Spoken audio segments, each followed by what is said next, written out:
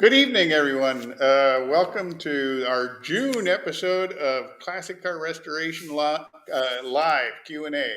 And with me tonight is Terry Wright. You guys have done a great job at challenging him, but tonight, we want to set the bar really high, and I want you to stump him on some of those automotive body and paint questions. Finally, the weather. Come on. Finally, the weather's warming up a little bit. Hopefully everybody's got their cars out and we're out enjoying them. I know here in Minnesota, got a big car show coming up this weekend, back to the 50s. All those 1964 and older cars will be there, largest 64 and older car show in the country. So that's fun. Mm-hmm. Got some other big shows coming up here in the area in the next month or so. So yeah, we're pretty much in the heat of it right now. Now's the time to get out and get your cars out. If your car's not done yet, you can go out and get some inspiration, meet people with cars like yours, and learn a few things about it. It's not just about building cars. It's also about enjoying your cars and learning more about your cars and other cars as well. Down below the main box here, there's a little promotion for the wheel bolt circle guide. Now, the wheel bolt circle guide is a nice little handy tool to have with you. It's paper, so you can trim it out, fold it up, put it in your pocket. If you're out at the salvage yard, if you're at the swap meet, or just going by a car or a garage sale, you guys want to find out if that great looking set of wheels will fit your ride. You can drop it right on there, and it, like I said, it's because it's it's out of paper, so you can fold it up, put it in your glove box, not taking up a bunch of space. It does work. I've used that. Yep. So with that, let's get started. Our first question tonight, and go ahead, guys. Time to ask. Let's get these questions rolling. The first one comes from Don. He wants to know what 15% corn alcohol is going to have on his LS1 street rod. And of course, if you're unaware, most fuel in a lot of areas of the country has 10% ethanol already added to it. In fact, for a lot of our collectors' cars, we got to go out and look for non-ethanol, non-oxygenated fuel, and then we pay a premium for it. Sure do. Having just recently filled up a couple of cars with it, it was a little bit of a shocker. Yes, it was. And not to say that every time we fill up any car nowadays isn't a shocker, but the non-oxygenated fuel is. But the 15%, what is it, the E88 or E15, or also sometimes it just goes by the octane rating, E88 octane or whatever.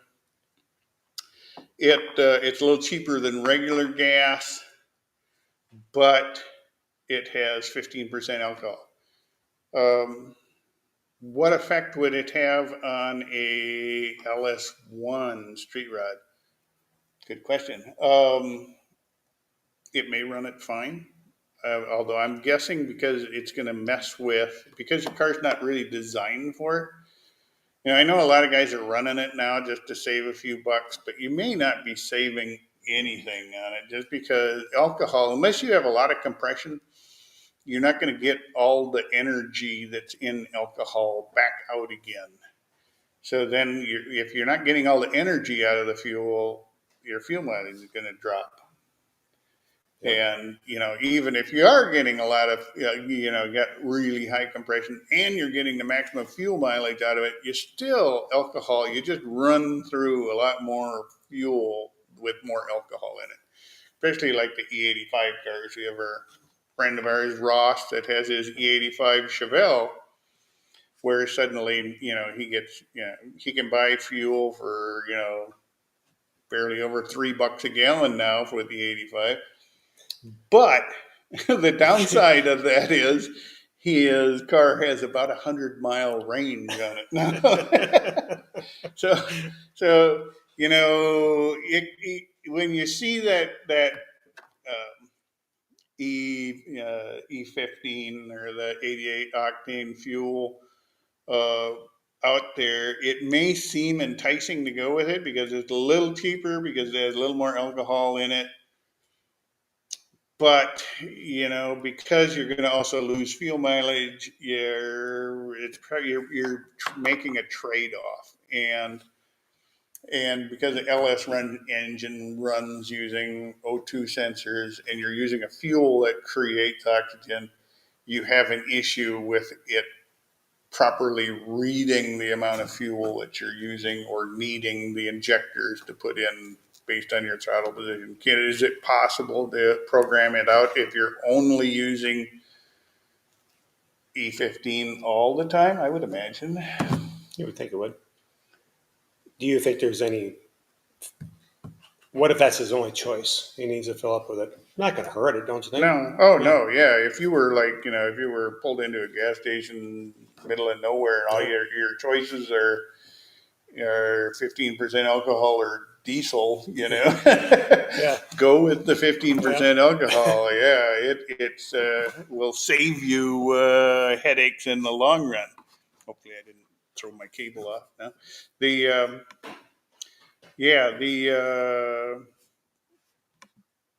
if it's your only choice, but I don't know if I would run it by choice.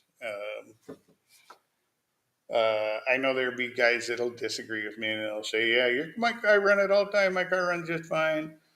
I don't know. Even the E85 stuff, taking it to the other extreme. With Ross's car, we recently took the intake off of it, and there's a little phenomena with E85 fuel called the E85 goo. You can Google it and look it up, but the insides of all the intake runners and even the intake ports in the heads had this kind of, it was kind of a light tan, very sticky substance. It was almost like somebody did and wasn't sticky stringy. It was just like you touch it and it was like, ooh, this is just nasty stuff. And then you look down the intake valves themselves, and because of the valves actually get hot because of the combustion in the cylinder, we noticed that there was even more of this goo, and it was almost like black on top of the intake valve. And all we could think is, this is kind of strange. And then we did some research online, kind of looking into it, and some guys say, yeah, it dissolves in gasoline. But then that was like, okay, well, if it dissolves in gasoline, it's probably gasoline. But what is going on there? That 15% alcohol, is it is it is the alcohol evaporating the fuel, and the fuel's forming kind of a varnish or something? I'm not, I've tried to do some more research. I'm not sure what all is involved in it, but it is an interesting phenomena. Would I choose to use E15 if I didn't have to? No, I wouldn't use it. Wouldn't use it if I didn't have to. That's just my take. Yeah. I guess I had put it in, and I really haven't seen much of a difference either, but I've used it. You have used it? Mm-hmm. Yep. And how did the car run any different, or? No, not really. Okay. Moving on, Jerry asks, what car is behind us? Jerry, that's a 57 DeSoto. That's actually my wife's 57 DeSoto. And no, it isn't always on the lift. It was. Sometimes we throw it up there just to cover up everything that's behind it. And it does that well, doesn't it? Yeah, you get a big car like that, it'll cover it. It's a 1957 DeSoto. She's had it to a couple of shows this year already, and it's her pride and joy. So we throw it back there. It's nice and bright and red. That way Terry blends in with it.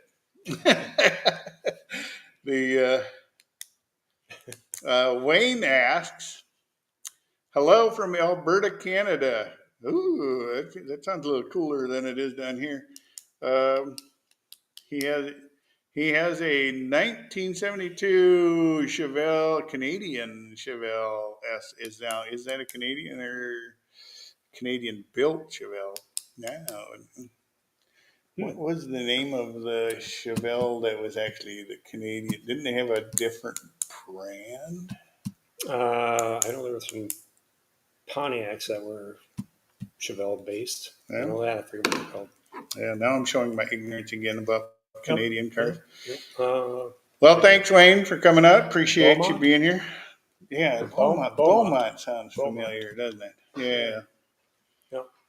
The Daryl writes he has a 1976 Grand Prix.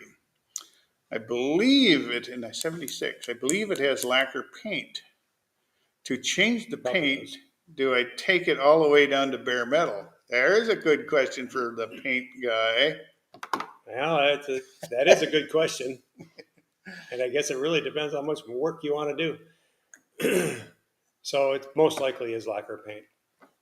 And if you're going to paint over it, the lacquer paint is going to be your weak link in the whole paint job. So, because that lacquer will set and expand and contract, and eventually it will crack and lacquer check. And then it will, you'll see it through the finish you put over the top of it. Mm-hmm. I really would recommend it. If it was me, I'd take it off. Strip it down to bare metal. I'd take it down to metal. Yep. Yep. And start with good current quality products. You know, I've had this argument with other guys over the years who just say, "Well, that paint's been on there for a while. It's Yeah. it should be bonded really well. All I have to do is scuff it, and I can repaint it." Yes and no. I mean, a lot of people have done it, Mm-hmm. painted right over it, which is pretty normal, really. But I guess if you want it to last a long time, I'd take it off. If you can take a rag with lacquer thinner and rub it and pull some finish, it's a soluble product, and it's a weak link. Mm-hmm. So, and they didn't have it back then. They didn't have catalyzed products back then, and No. so they will come off. Mm-hmm. Um, I would recommend it.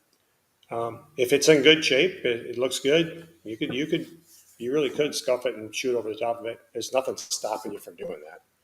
It's just how long you want To last. to last. It'll last a lot longer if you get it off there. Yeah, yeah, and it does make sense. You know, we haven't. You know, years ago we finished a show car where we put on probably because we did so many custom candies and clears and metal flakes and had Mm-hmm. to bury metal flake and Yep. we had probably 60 coats on it, and with between that and sanding and polishing and everything else. And we went to take it to a car show. Went hauled it outside, load it on the trailer. Sat out there for 20 minutes, and we came out to load the car, and big chunks of the paint had fallen off on the ground next to the car because that much lacquer did not contract as much as the steel did. Okay. Yeah. Well, it's going to do it. It's kind of alive. It's got to Mhm. move and flex, but lacquer does not. It's easy to work with. You can't even find it around anymore to use it really, but Yeah, it's hard to find yeah, you can't. nowadays. Yeah. And why would you? I mean, unless the car came with it, so I want to put it back on. Yeah, I kind of get that, and I'm a purist, so I get that part. But um, nah, it's inferior. Get it off. Okay, the only thing I still sometimes use lacquer on, and Mhm. I have to work to find it, is like interior parts No. because I can spray it on dull Mm-hmm. and have a nice matte finish. Of course, now there's like a lot of nice matte Oh clears yeah. and everything you can Yep. use in place of that are Mm-hmm. going to hold up better than lacquer anyway. Mm-hmm. Yep. Yeah. So you can go either way. It would be best to take it off. Mm-hmm. Yep. That makes All the way down to metal because your prime will be lacquer too, most likely. So. Yeah, and for the most part, when I'm starting a build, the whole process goes to first getting everything to bare metal, Mm-hmm. and then putting on a nice epoxy primer, and then working up Yep. from there. Yep. And the epoxy primer just keep it from flashing at that point because you don't want to leave it in bare metal too long. Correct, and it does have really good corrosion resistance too. So Yep. Wayne asks, is propane a fuel? Higher or lower octane is propane as fuel higher or lower octane than gasoline? I don't know. I have no clue. Yeah, I know vehicles run on it. Yeah. I know, yeah, like mail trucks that have run on it before, and of course, in warehouses, half the forklifts used to run on propane and stuff if they were in ventilated areas. The Yeah, it's clean burning. I know they were running. Yeah, in some cities they were running the buses on propane and liquid natural gas. I don't know. I offhand, without like researching it or what the requirements are. I know propane was used as, like they use nitrous in gas cars to boost performance. Because it essentially adds air, so you can add more fuel and then burns hotter and faster.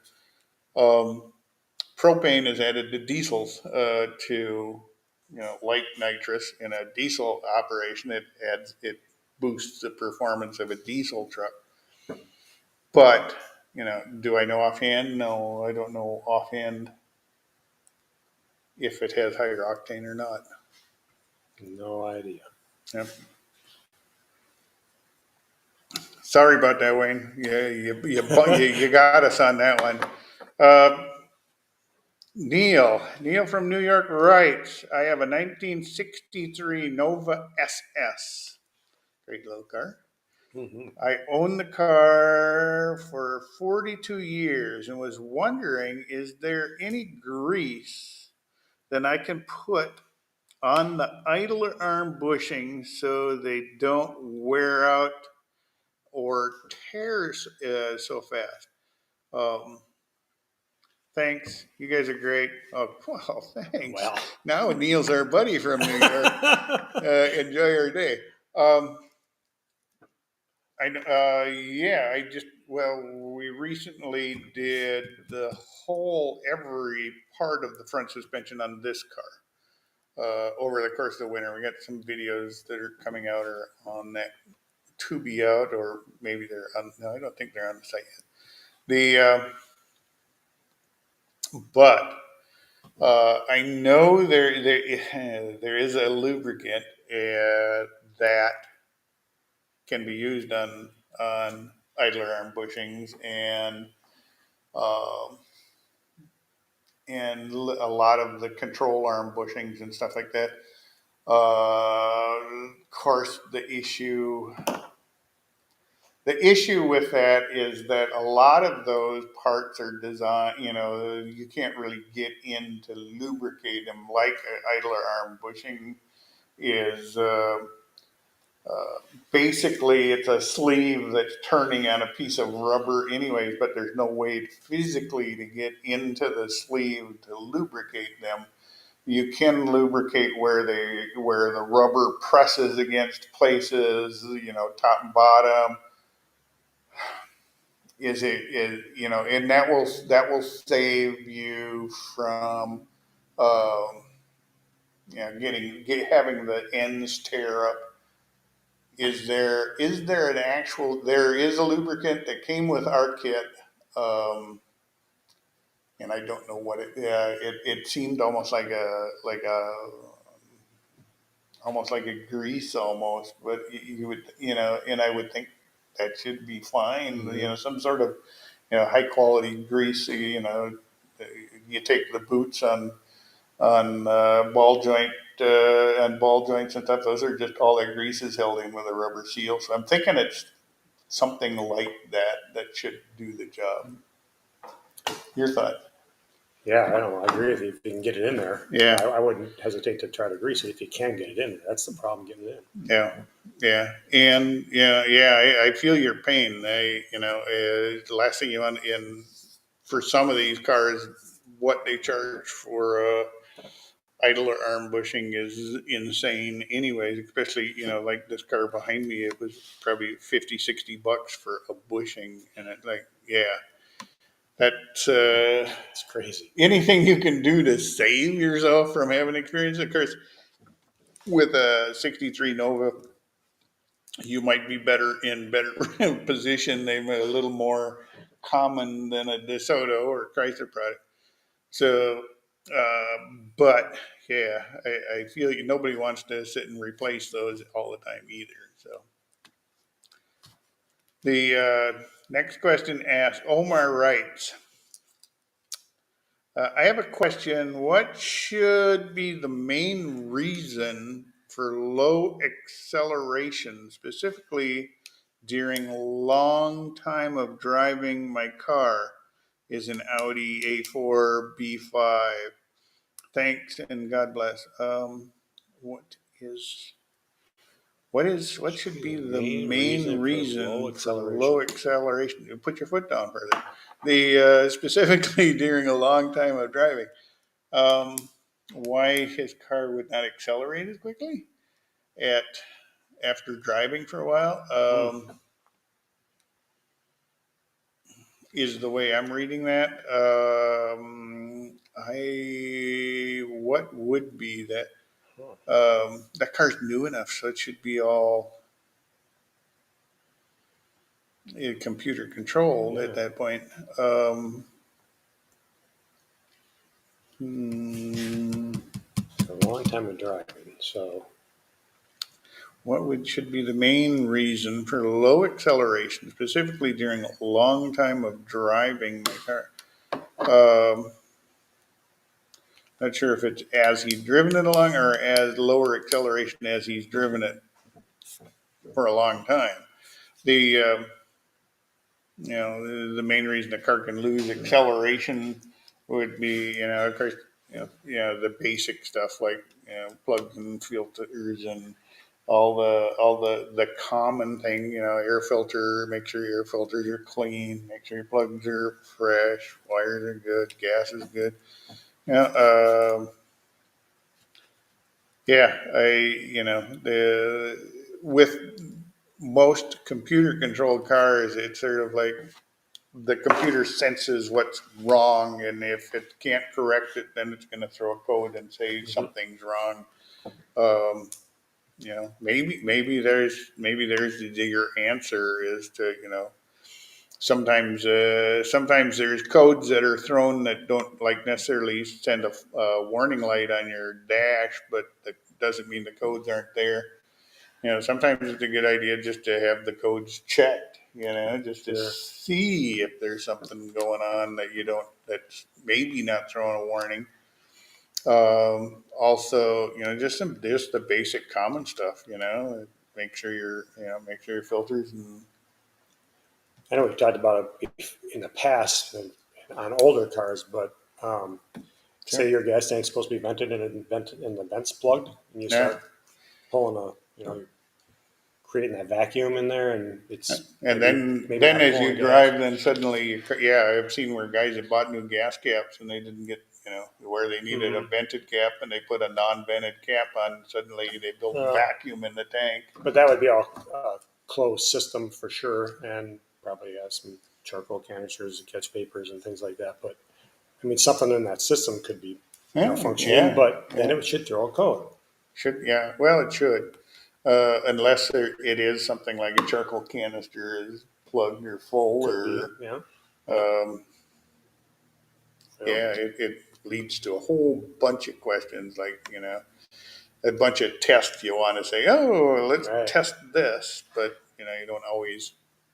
we don't always get that luxury, unfortunately. All right, guys, That's a good one. keep asking, keep coming. We got some good questions tonight. We also got some that came in online earlier. Let's see. Customer would like to know how to obtain a VIN tag for their 69 Roadrunner.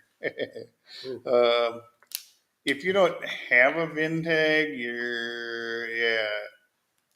There's ways of obtaining them, but they're not legal. Well, yes, uh, yeah. Even to get a construct title, there are cars that get titled if you go back old enough. I don't know about a '69 Roadrunner though. Usually they want to see a VIN tag, but certainly, yeah, a car could end up without a VIN tag. Um, but it's gonna be most states. They're going to say, no, just flat out no, unless especially the Mopars. They used to stamp the serial number in more places than just the VIN tag, than just their regular VIN tag. Mhm. There's a few places where they, in the trunk lid area and the weather seals, and and I know Mustangs, they stamp them in the front inner fender aprons. Um, so, there's a few cars where the VIN, just because you're missing the VIN tag doesn't mean you still can't establish the VIN.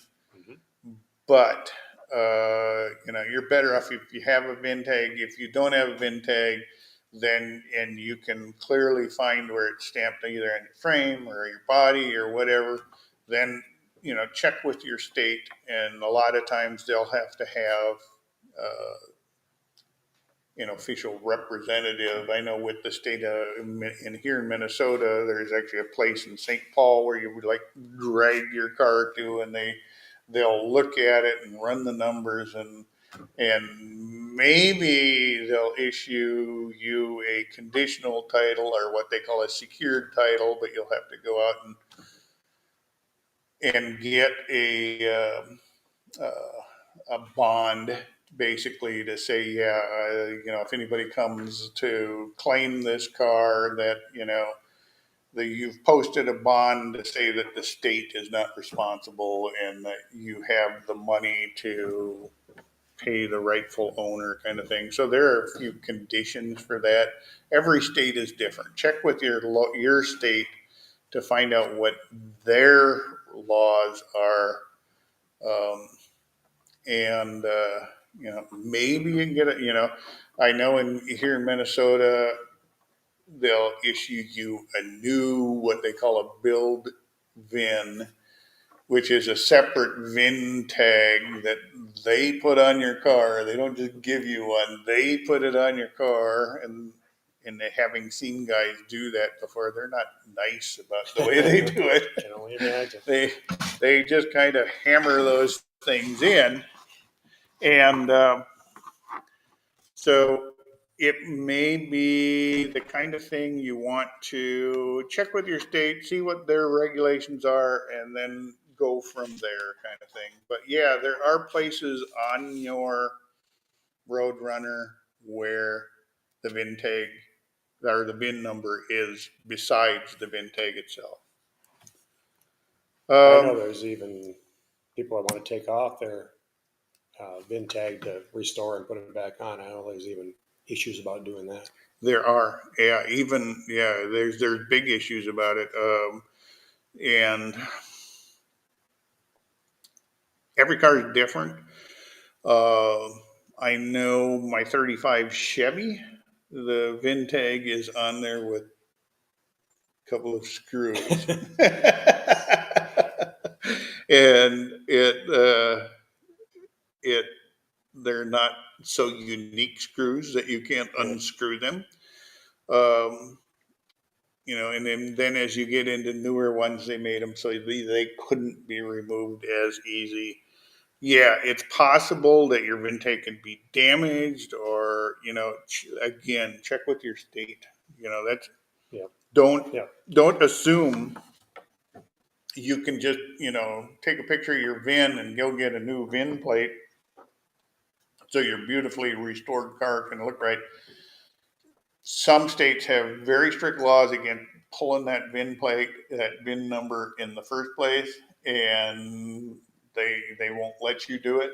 So we can't, we're not going to sit here and condone pulling VIN plates to restore your VIN tag and paint underneath it and all that other stuff, because you might end up, Although there are suppliers out there with the right there, limits. there are. But again, check with your state.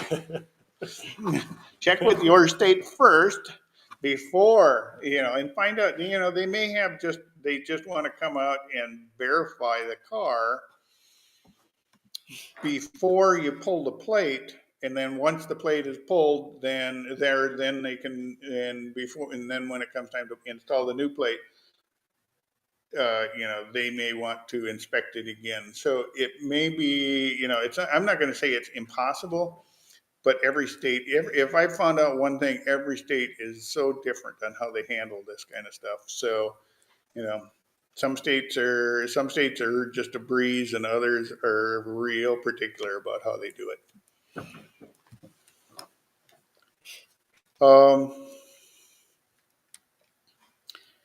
Let's see. Neil says, "Hi, me again. Hi, Neil. Thanks for taking the time to help me. I should have said that I have the arm and bracket apart. Oh, Oh, okay. so good. The grease lube I have been told won't eat the rubber. It's called Super Lube. Huh? Well, that's good. It looks and feels like thin Vaseline. Sounds about right. Sounds like So Glide. Yeah.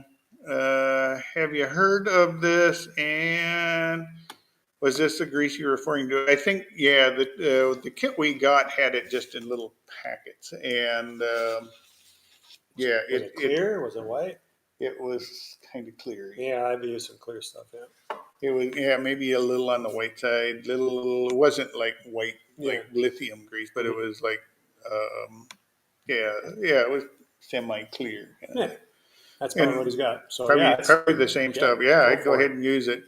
When you're looking at that, remember that the idea, that bolt that holds your idler arm is supposed to be good and tight, and it doesn't.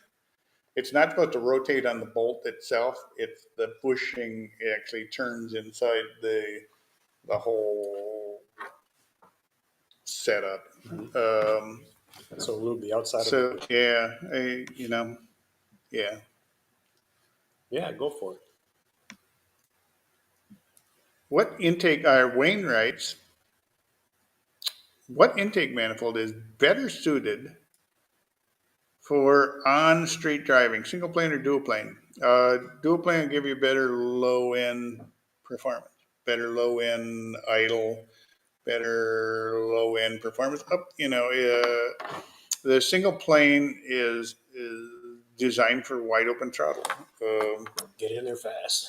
It's designed to open all four barrels on your carb and funnel as much air into the engine as possible.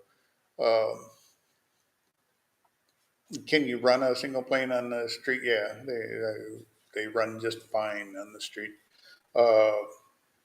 But if you're, for most people, a dual plane is going to function better for you, just because you get better low end torque,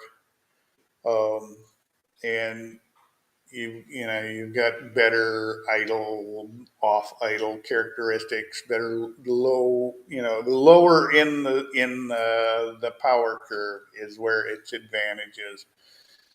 If you're one of those guys that needs to show that you have all the power in the world, and even though you never use it, and you want to go to the car show and open your hood and have that single plane, big manifold there, go for it. It's not going to make that, for a hobby car, it's not going to make that big a difference, that you won't enjoy either or.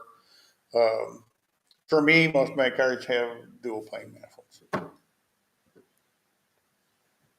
Mine's factory, so it's dual plane. Of course it is. Yeah. Well, The yeah, and we just did that conversion on Ross's Chevelle where he had the same issue going on with he wanted single plane manifold to try to get more power, and it's like, well, how fast do you go usually? You know how it is. his tires usually go pretty fast, but the Yeah. car doesn't. It He's depends. not here. Yeah, Ross isn't here, so we can make fun of him. That'll be our motto for tonight. The That's what he gets. That's what you get for not being here. Um, okay, Mark, I've got some. Member wrote in, Mark, I've got some bare metal panels that I've been working on, and but won't actually get to base coat painting them for quite some time, probably months up to a year. Is self-etch priming something I can spray on the product to protect it or from rust and leave it until I'm finally ready down the road to apply the high build primer? We have a paint expert here with us. Where? All right, here you're on. Yeah. Okay? He's got his car in bare metal. He's not going to be able to get to it for a while, but he doesn't want it to get all rusty in the meantime. Yep. Is the self-etching primer something that can spray on there? Yes, absolutely it is. So I'd go one or the other. Either your etch primer needs to be followed by a two component catalyzed primer, urethane primer, over the top of it. I wouldn't leave it alone with the self-etch primer. Okay. And I'd be careful with, and I'm not talking about your rattle can self-etch primers either, because they're so lacquer based with a little etch in them, but not enough to do a good job, because otherwise they wouldn't be in an aerosol can. Okay. So well, explain a little bit what the etch is. So etch is going to be a sacrificial coat that etches into the metal, and that's what, when it gets scratched down to, that's what's going to sacrifice instead of the metal. It'll help if you get a scratch or a chip. It'll help prevent the creep underneath the paint of rust or corrosion. But you have another option, and that's using epoxy primer. And I believe that's probably the best way to go. And you can let it sit in epoxy for quite a while. I wouldn't leave it out in the rain. Yep. Epoxy Or outside. Or outside. Epoxy will get broke down by UV light. So if it sits for a long time, I would remove a lot of it, especially if it starts getting chalky. Remove the chalkiness, but if you want to remove it all, you could. But there's some epoxies that can sit out exposed outside for 6 months, and you can. There are some that you could actually, and this is for industrial type applications, cement trucks and stuff like that. That it just needs to be washed and be painted. I don't recommend that. I'd always recommend putting a scratch into it, mechanical. The mechanical bond as well as the chemical bond. Yeah, but yes, you can use an etch, but I would top coat that etch with another two component primer, urethane primer.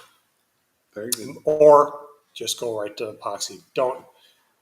There's some manufacturers that will allow you to put etch down and epoxy over the top, and there's some that do not, because etches and epoxies, for the most part, don't like playing nice with each other. So follow your manufacturer's recommendations. There are some that do allow it to put epoxy over etch, but there's some that do not allow it. So in that case, just go straight epoxy. You're still going to get really good corrosion resistance with epoxy. Yep. Not as good of a creep as etch, but still really good. About as good as we have access to, I think. But and it might be even cheaper than going with the 2 steps of a etch and a urethane primer on the top. Very good. Yeah, so you have a couple options, but if you're seeing those rattle can etch primers in the store, that you're really not doing a whole lot. Not a whole lot, seriously. There's really not enough etch in that can to be really doing much good. You'd have to put a lot of it on, and like I said, if it had enough etch in that, it wouldn't be able to sit on a store shelf that long. Okay. It would eat through the can. Oh, all right. So That makes sense. yeah. So be careful of that. I recommend epoxy. Okay. But yes, you can use etch. I mean, and in collision shops, that's what's done every day is an etch primer over bare metal, then go on to your urethane primers Okay. or sealers or surfacers, either way. But they're trying to push cars out as quick as possible. yeah, and epoxy is not speedy. Okay. Probably better than that situation in most cases, but it is very slow and it's not productive in a production collision shop. It's etch, surfacer, and go. Yep. So you're right. I would recommend epoxy, but yes, you can use etch primer. Very cool.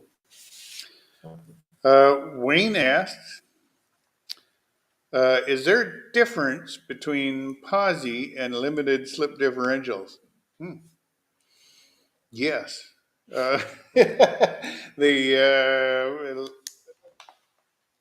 Yes. Well, yes, and True Posi and a true Posi and a what is it? limited slip, a true Posi traction rear end. Um, I have a limited slip. You do? Mm-hmm. Is it a true Posi? No, because it doesn't jump and jerk around going around corners. No, it's limited slip. But if I get on it, you can't see a difference between the right and left side of when they start. I mean, it's There, of course, when it comes to positive traction rear axle, or what a lot of people will refer to as Posi, there's more than one kind. You can go with like the True Tracks where there's no clutches in it. There's you'll know that one is when you're the what? And you know that when you're going around corners, right? Mm-hmm. But there are a lot of options out there other than just the stock, what we refer to as the old stock Posi, where you've got all the clutch packs and everything else attached to your rear axle. So that keeps both wheels going, except for when you go around the corner, and then they have to slip some in order to, because the outside wheel has to go further. And the idea is that for one sitting there slipping or spinning, it directs the power to the other wheel, right? So, Yep. I mean, that's the idea of it. And it works. Mm-hmm. Yeah. Yeah. No, I have no issues with mine at all. Yet. Sure he does. I don't. We'll let that. No. Just kidding.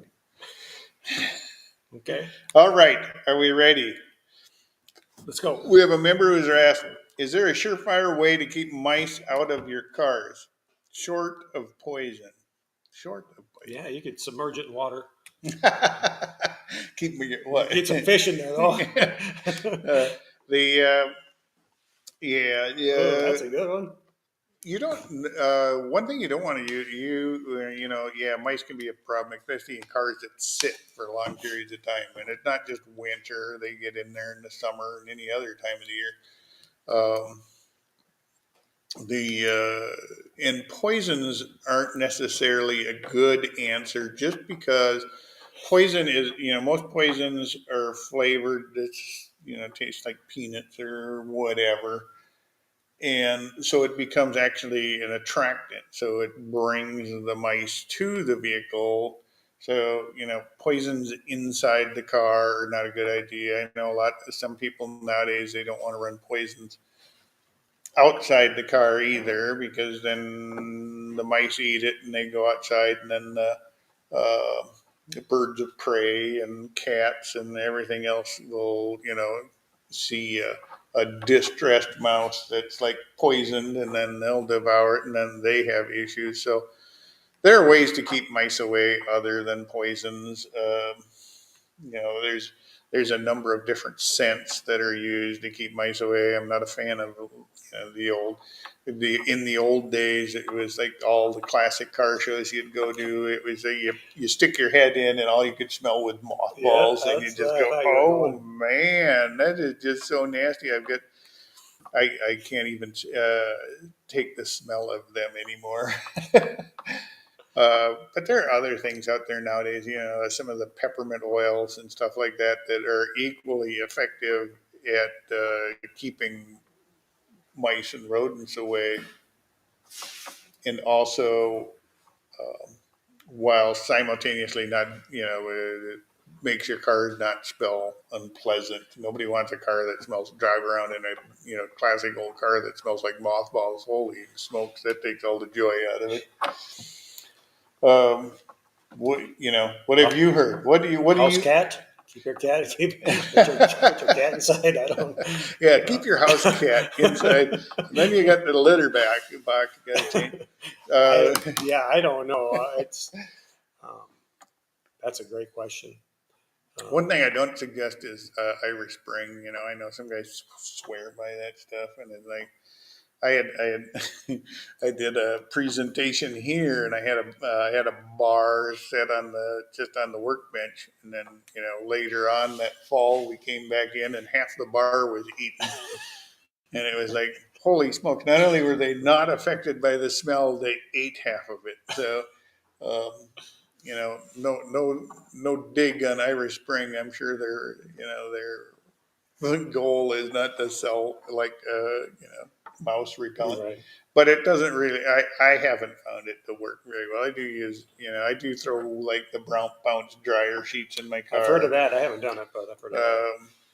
If I haven't had any mice issues with the bounce dryer sheets. I put a ton of them in the cars. But on the other hand, the car still smells good in the spring too. So,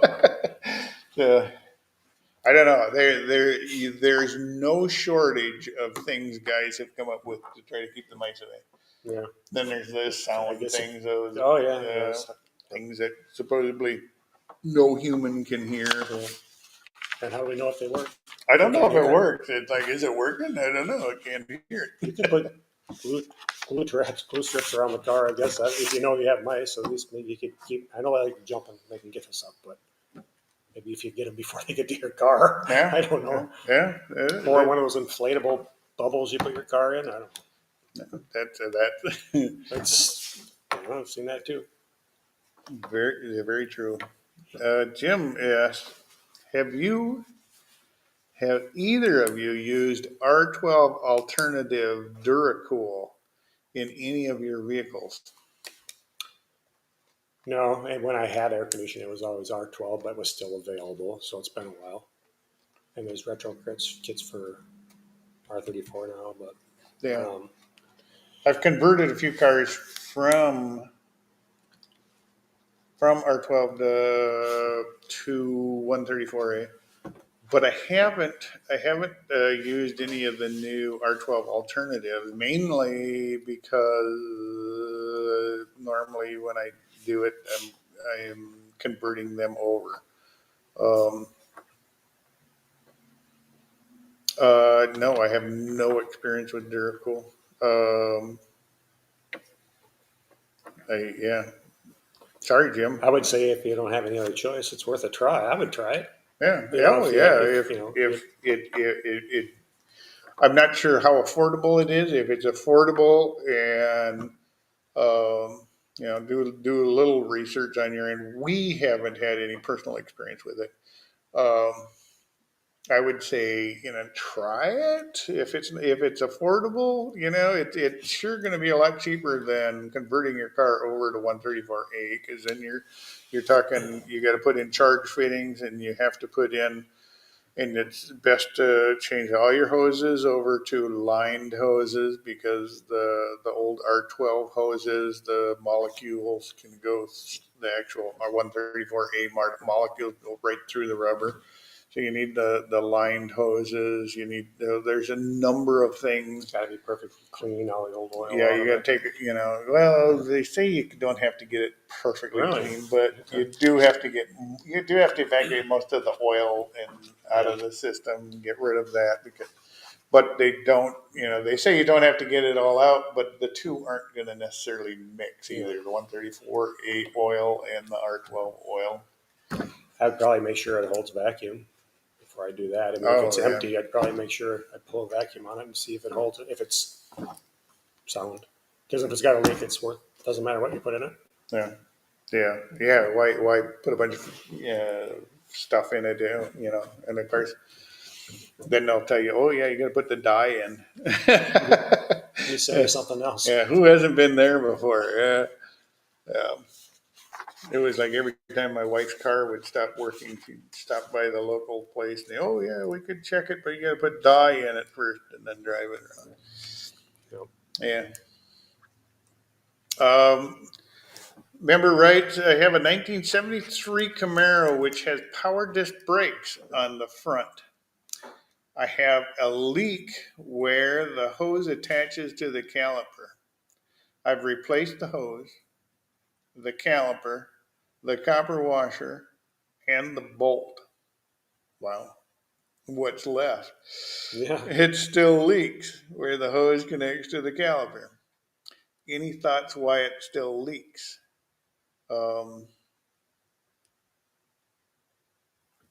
You've replaced every component there. Mm-hmm. The only other thought I have is maybe it's not tight enough. Not tight enough. Are Uh, the fittings compatible? Are the same type of fittings on the line Yeah. versus the? You know what I mean? Yeah. Is it flared versus? There's a copper washer. That's 73. That's a different. Yeah, copper wire. He must have aftermarket brake calipers. Did they use banjo fittings in 1973? I thought on front brakes. Maybe they did. Maybe they No, did. no. Maybe they did. I don't know. I don't know. But Leaks yeah, where- with everything replaced and it still leaks. The caliper, the copper washer. Sounds like he has my luck. The what? Sounds like he has my luck. Yeah. He's replaced everything and it still leaks. Yeah. I don't know. I'll give you this. You got us. You replaced everything. We did, other than maybe one of the parts you got was defective.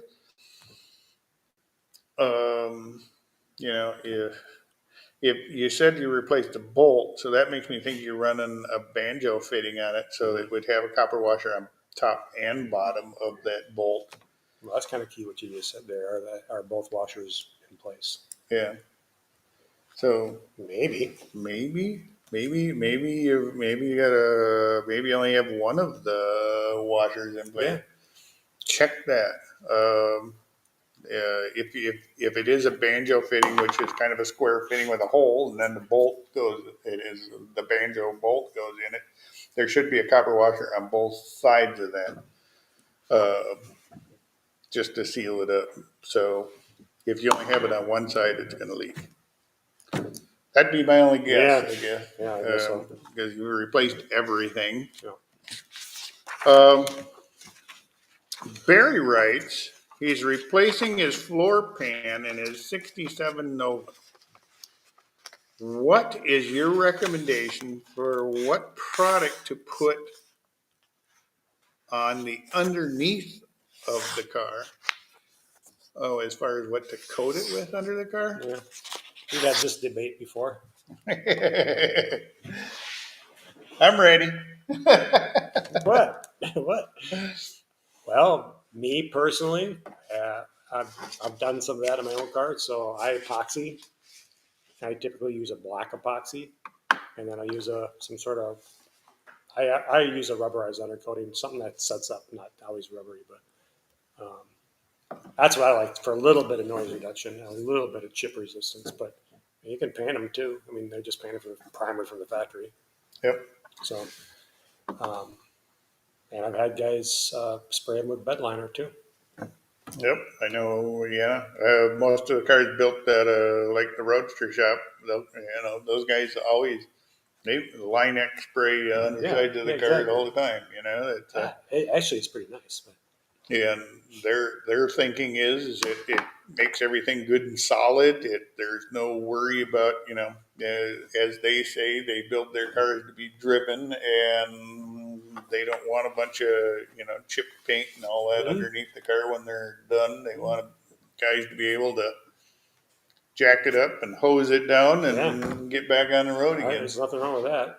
So Yeah, from the factory, in those years, 60, well, even, going back into these years, undercoating was common for cars.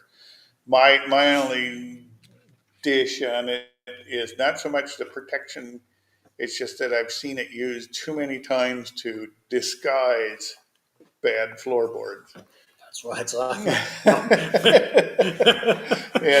And I have personally worked on 57 Chevys where it was like when you first checked it up and looked at it and think, this car looks pretty solid and it's all freshly undercoated under.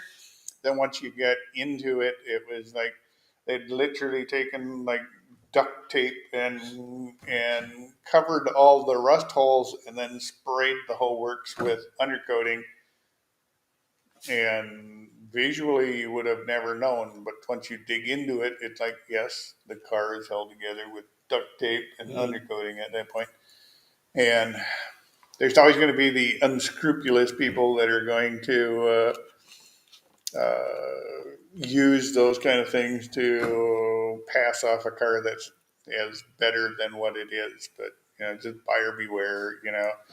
The underside of the car is just one place to look. It's not the only place to look. Usually, if a car is so rusty that it needs new floorboards, there are other areas that are going to show it as well. Mm-hmm. He says it's a driver, not a show car. Yep, So exactly. Yeah. So, yep, a good primer, even epoxy underneath. I wouldn't hesitate to leave it alone because if it's not exposed to UV light, it'll hold up a little longer. But yep, you can epoxy it, primer or anything, but you can coat it with you can go get the aerosol rubberized undercoating and spray it if you want, just for a little protection. You don't have to go crazy with it, So we've even used some rattle can under big heavy duty rattle can stuff. Yeah. And when you spray that stuff on, boy, it goes on thick, and it's like it provides a really nice coating. We've been very pleased with it in some instances. You don't need the full on haul it down to the undercoating shop. You can do it with a rattle can too. Yeah, that's fine. There was another one there that was right there. Oh, did I miss one? Yes, I did. Jim, I'm sorry. It's about the R12. I give an update. This is yeah, for sure. We'll find out. It's very affordable. So yeah, why not do it? Yep. Yeah, Jim. Try it out and join us. Join us. If it's very affordable, why not? Give it a shot. And once you do, come back. Tell us how it went. Give us an update. I'm sure other guys would love to hear how it worked. I'd be interested to see how well it cools. How cooled it gets. Yeah. Yeah, I know there was for a while there was some people that were some of the R12 substitutes were using propane and stuff like that were a big component in it, and there was people that had a lot of opinions about how safe that was, but I'm sure that it'll do the job if that's what you need it to do. Gary asks, how much of a headache am I looking at when replacing the wing window seals on my 76 square bodies? I'm assuming it's a pickup. I'm assuming that too. Well, they're a pain in the ass. How about that? You, as being a body man, should know all about. I did a lot of those back at a GMC dealership. Yeah. Okay. And they're not the easiest thing. They're not that tough. You got to get the whole assembly out and do it, and you need the little rivets to take the windows out and get them back in. But they're finicky. And then they put them back together and have them not leak or have a wind noise. You can do it, but it takes a lot of work.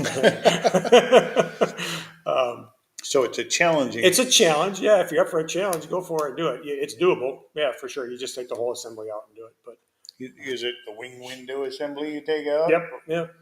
You have to take out your glass or disconnect it and set it back. But you have to get the whole thing out. There's a channel around the whole thing. The back of it is the channel for the door glass. Very cool. But yeah, it's doable. They're, yeah, I never enjoyed doing it, but they're doable. Yeah, for sure. Well, there you go, Gary. You've got the definitive. It's doable. I guess anything's doable. Well, I'm looking down at the clock, and I see I'm at the end of my time. Again, down below here, there is the wheel. I'll forget the wheel bolt circle guide. It's a easy download, guys.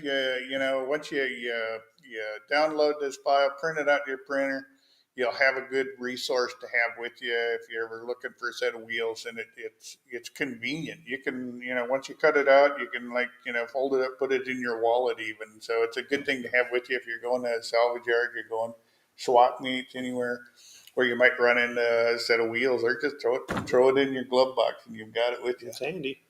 So with that, guys, I want to thank everyone for coming out tonight. Really appreciate it. You kept us hopping. You challenged Terry a little bit tonight. Always good. Always appreciate that. We'll be back here again next month. If you got any updates to anything like that they're cool, we're looking forward to hearing about that too. For sure. So until next time. Get out and drive your car. Get out and drive your car. There you go. Have fun, guys. Thanks. We'll see you next week.